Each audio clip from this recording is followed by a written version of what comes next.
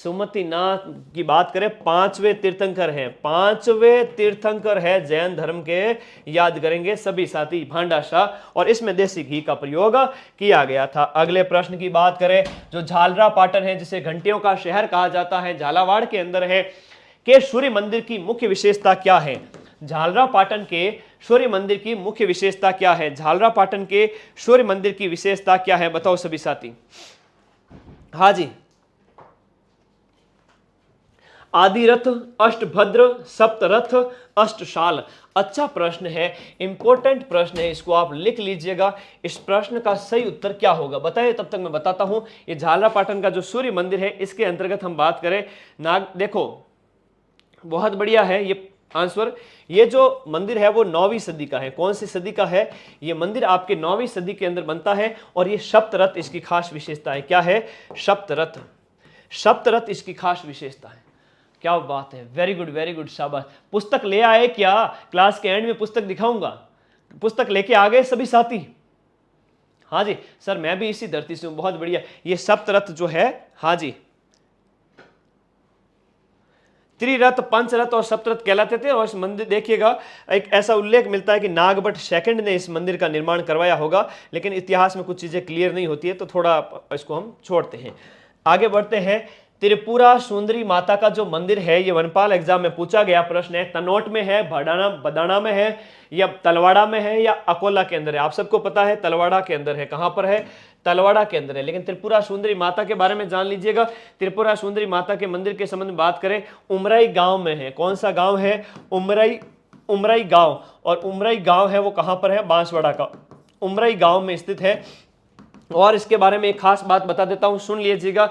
ये मां के जो 52 शक्तिपीठ हैं, 52 शक्तिपीठों में से एक है। 52 शक्तिपीठों में से एक है ये आपका त्रिपुरा सुंदरी वाला मंदिर। और इसके साथ साथ हम बात करें, हम इसके अंदर माता के जो 18 भुजाओं वाली मूर्ति है, कितनी है? 18 भुजाओं की मूर्ति है। किसकी कुल देवी है? बताओ फटाफट। किसकी कुल देवी है माता? फटाफट बताओ सभी साथी। हाँ जी, सोलंकी राजा हुआ करता था जयसिंह सिद्धराज, उसकी कुल देवी थी। और हाँ, पांचालों की कुल देवी है ना। इसके साथ साथ याद रखिएगा, पांचालों की कुल देवी, पांचालों की कुल देवी। तो ये कई सारी बातें हैं जो माता के संबंध मैंने आपको बता दी। अगला प्रश्न बहुत इंपॉर्टेंट है, एक प्रश्न लिखिएगा। धौलागढ़ देवी का मंदिर कौन से जिले के अंदर है? ये 2020 के आपके कनिष्ठ अभियंता एग्जाम में पूछा गया था। धौलागढ़ देवी का जो मंदिर है वो किस जिले में स्थित है? एक तो ये अभियंता वाले बच्चे बेचारे पढ़ते नहीं है जीके, और उन्हें प्रश्न है वो खतरनाक लेवल के दे देते हैं कभी कभी। तो ये करौली, भरतपुर, बूंदी, अलवर, धौलागढ़ देवी का जो मंदिर है वो कहां पर स्थित है? देखिएगा, हाँ जी, ये कठुमर उपखंड के अंदर स्थित है, अलवर के अंदर। अलवर के अंदर आपकी बात करें, अलवर के अंदर एक आपकी कठुमर उपखंड है ना, कठुमर उपखंड है, वहां पर स्थित है। आगे देखो, लास्ट क्वेश्चन आज की क्लास का, फिर मैं रिवीजन कराऊंगा। पान सड़े घोड़ा अड़े वाली कहावत भी सुनाऊंगा, इसलिए एक बार शेयर करो सभी साथी। कौन सा युग्म है आपका असंगत है? पूछ पकड़िएगा क्वेश्चन की। अर्थुणा मंदिर बाड़मेर में, हर्षद माता मंदिर आबानेर में, विभीषण मंदिर कोठा में, हर्षनाथ मंदिर है वो सीकर के अंदर। बताओ, अर्थुणा मंदिर है वो, सीधी सी बात है, ये को आपके कहां पर होगा? बांसवाड़ा के अंदर। सीधी सी बात है, हमने इसके संबंध में पहले ही पढ़ चुके हैं, और ये सारी की सारी बातें यहां पर आपकी क्लियर हो जाती है। विभीषण मंदिर की बात करें, है ना, चलिए, विभीषण मंदिर है ना, कोटा, कैथून कोटा के अंदर है। इसके साथ साथ राजस्थान का एकमात्र लक्ष्मण मंदिर कहां है? बताओ सभी साथी। राजस्थान का एकमात्र लक्ष्मण मंदिर कहां पर है? मैं पुस्तक लाके बता देता हूं आप सभी साथियों को, यह पुस्तक आप सभी के पास होनी चाहिए। एकमात्र लक्ष्मण मंदिर कहां पर है? जाटों के जो आराध्य देव हुआ करते थे, भरतपुर के जाटों के, बहुत बढ़िया, मनु सहदेव, तो भरतपुर के अंदर स्थित है। एकमात्र लक्ष्मण मंदिर कहां पर है? भरतपुर के अंदर स्थित है। मैं आपको पुस्तक लाके दिखा देता हूं। ये छोटा सा रिवीजन करेंगे और क्लास का समापन करेंगे प्यारे साथी। वेरी वेरी इंपॉर्टेंट है ये पुस्तक। देखिए प्यारे साथी, आप सबके सामने है 700 पेज की ये किताब। मैराथन लिख रहा है, आप 1 घंटा पढ़ा रहे हैं। ये देखिए मेरे प्यारे साथी, 700 पेज की ये पुस्तक है। और ये पुस्तक अगर आपके पास में है ना, तो बहुत बेहतर तरीके से आप राजस्थान जीके के एक एक सेगमेंट को कवर किया गया है। इस तरीके से इसके अंदर पॉलिटी के मैप दिए गए हैं, इंडेक्स भी बता देता हूं। मेरे प्यारे विद्यार्थियों तक ये कंटेंट पहुंचना चाहिए, मेरे प्यारे विद्यार्थियों तक ये सारा कंटेंट पहुंचना चाहिए। ये देखो सबसे पहले इतिहास वाला सेगमेंट है, सबसे पहले इतिहास की इंडेक्स है, सारे विगत वर्षों के प्रश्न इसके अंदर सब टॉपिक वाइज है। इसके बाद भूगोल के प्रश्न है, इसके बाद राज व्यवस्था, उसके बाद अर्थव्यवस्था, और उसके बाद में है आपका राजस्थान की कला और संस्कृति। और प्रश्नों की व्याख्या अगर देखनी है, ये देखिएगा प्रश्नों की व्याख्या दिख रही है आपको, प्रश्नों की व्याख्या दिख रही है, इस तरीके से प्रश्नों की व्याख्या की गई है और बहुत बेहतर तरीके से ये किताब आपके लिए बहुत इंपॉर्टेंट है। प्यारे साथी, पान सड़े घोड़ा अड़े विद्या बिसरी जाए, तवे पर रोटी क्यों जल जाती है? क्योंकि गुरुजी फेरा नहीं था। रिवीजन नहीं करेंगे तो ठोट रह जाएंगे, पीछे रह जाएंगे। एक छोटा सा रिवीजन तो बनता है, 1 मिनट के अंदर 50 क्वेश्चन कवर करूंगा। ये वीडियो कोर्स मेरा सभी साथी ज्वाइन कर लेना, जहां मैं आपको इतिहास कला संस्कृति के सभी सेगमेंट पूरे एक एक टॉपिक को यहां पर विस्तार से पढ़ा रहा हूं, ऑफलाइन वे में बढ़िया तरीके से। मैया पाठशाला एप्लीकेशन पर आ जाना, पढ़ा दूंगा आपको। बहुत ही नॉमिनल फीस कुछ भी नहीं है इसके अंदर। देखिएगा, आबानेरी और राजौरगढ़ के कलात्मक वैभव गुर्जर प्रतिहार काल के हैं और महामारू मंदिर में प्रतिहार शैली है।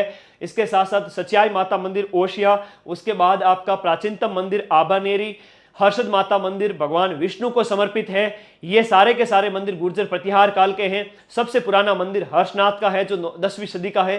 कुंभ श्याम चित्तौड़गढ़, मामादेव कुंभ श्याम कुंभलगढ़। उसके बाद ओशिया के मंदिरों का निर्माण किसने करवाया था? प्रतिहारों ने करवाया था। गुर्जर वास्तुकार शैली कौन सी नहीं है? चार चौमा कोटा का जो मंदिर नहीं है, किराडू बाड़मेर सोमेश्वर मंदिर। इसके बाद में गुर्जर प्रतिहार शैली सोमेश्वर मंदिर, ये सारे सुमेलित हैं। यहाँ पर श्रृंगार चौरी का निर्माण कुंभा के वैलाक ने करवाया था। खजुराहो किराडू को कहा जाता है। तुलजा भवानी चित्तौड़गढ़, मूछाला महावीर घाणेराव पाली, ब्रह्माणी माता बारा और मंडलेशा मंदिर चामुंडराय। 10वीं शताब्दी का मंदिर अंबिका माता मंदिर जगत उदयपुर। परमार राजा यहाँ अर्थुणा के अंदर बांसवाड़ा के अंदर। एकलिंग जी का मंदिर उदयपुर के अंदर है, बप्पा रावल ने बनाया था। दिलवाड़ा का जो आपका तेजपाल मंदिर है नेमिनाथ को समर्पित है। दिलवाड़ा के जो मंदिर जैन मंदिरों के लिए जाने जाते हैं, विमल शाह ने आपके दिलवाड़ा के मंदिरों का निर्माण करवाया था। और दिलवाड़ा के मंदिर समूह में विमल वसई है, वो विमल शाह ने करवाया था, जबकि लूणा वसई है वो वास्तुपाल तेजपाल ने करवाया था। लूण तेज हो जाता है भाई। 33 करोड़ देवी देवता मंडोर। इसके साथ गोपुरम, रंगनाथ मंदिर पुष्कर, स्वर्ण नगरी नसिया, सोनी जी की नसिया अजमेर। केवाई जो मंदिर है, केवाई मंदिर आपका जो कहाँ पर है, ये किणसरिया के अंदर चच ने बनवाया था। ये उपयोगी पुस्तक है। आमेर का जगत शिरोमणि मंदिर जगत सिंह को समर्पित है। चित्तौड़गढ़ में चामुंडा मंदिर नहीं है, मेहरानगढ़ में है। भूमि शैली का मंदिर नागर शैली, ये ऑफलाइन बैच के लिए रजिस्ट्रेशन जरूर करा लेवें। बांडोली कोटा का मिहिरकुल शिव मंदिर है। बांडोली मंदिरों को जेम्स टॉड प्रकाश में लाए थे। मैनाल का सुहेश्वर मंदिर है, पृथ्वीराज सेकंड ने इसका निर्माण करवाया था, है ना। ताराबाई उसी की पत्नी का नाम था। दुलेव आपका जो है वो ऋषभ देव को समर्पित है। सुमेलित कौन सा नहीं है? द्वारकाधीश जयपुर में नहीं है। रणकपुर मंदिर है वो व्यापक, उसका स्थापत्यकार है। नाथद्वारा का मूल नाम सिंहाड़ है। भारतीय पुरातत्व संस्थान ने आपका ब्रह्म मंदिर पुष्कर को घोषित किया है स्मारक। 12 देवरा जहाजपुर। और घी का इस्तेमाल भांडा शाह, भांडा भर भर के घी का इस्तेमाल बीकानेर में। और झालरा पाटन सप्तरथ, त्रिपुरा सुंदरी, तलवाड़ा, बांसवाड़ा, धौलागढ़, अलवर और असंगत है अर्थुणा वाला। ये सारा का सारा रिवीजन कर लिया करो, सुखी रहा करो। रिवीजन करोगे ना जिंदगी में बहुत सुखी रहोगे। और ये इस तरीके से मुझे, अगर मैं एक स्टूडेंट हूं और मुझे ऐसी क्लास मिले जिसमें हर दिन 50 क्वेश्चन एक टॉपिक विशेष पे करवाए हो, तो एक बेहतर क्लास है। हर रोज आप सभी साथी इस क्लास को लिया करें तो आपके लिए बहुत बहुत उपयोगी होगी। जीके तो स्ट्रांग होगा ही होगा।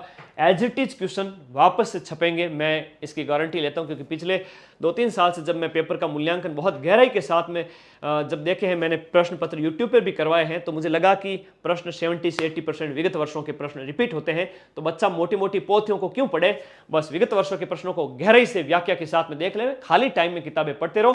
कल फिर मिलते हैं, same time same channel, only on मैया पाठशाला। तब तक के लिए धन्यवाद साथियों, विदा लेता हूं। Thank you all guys.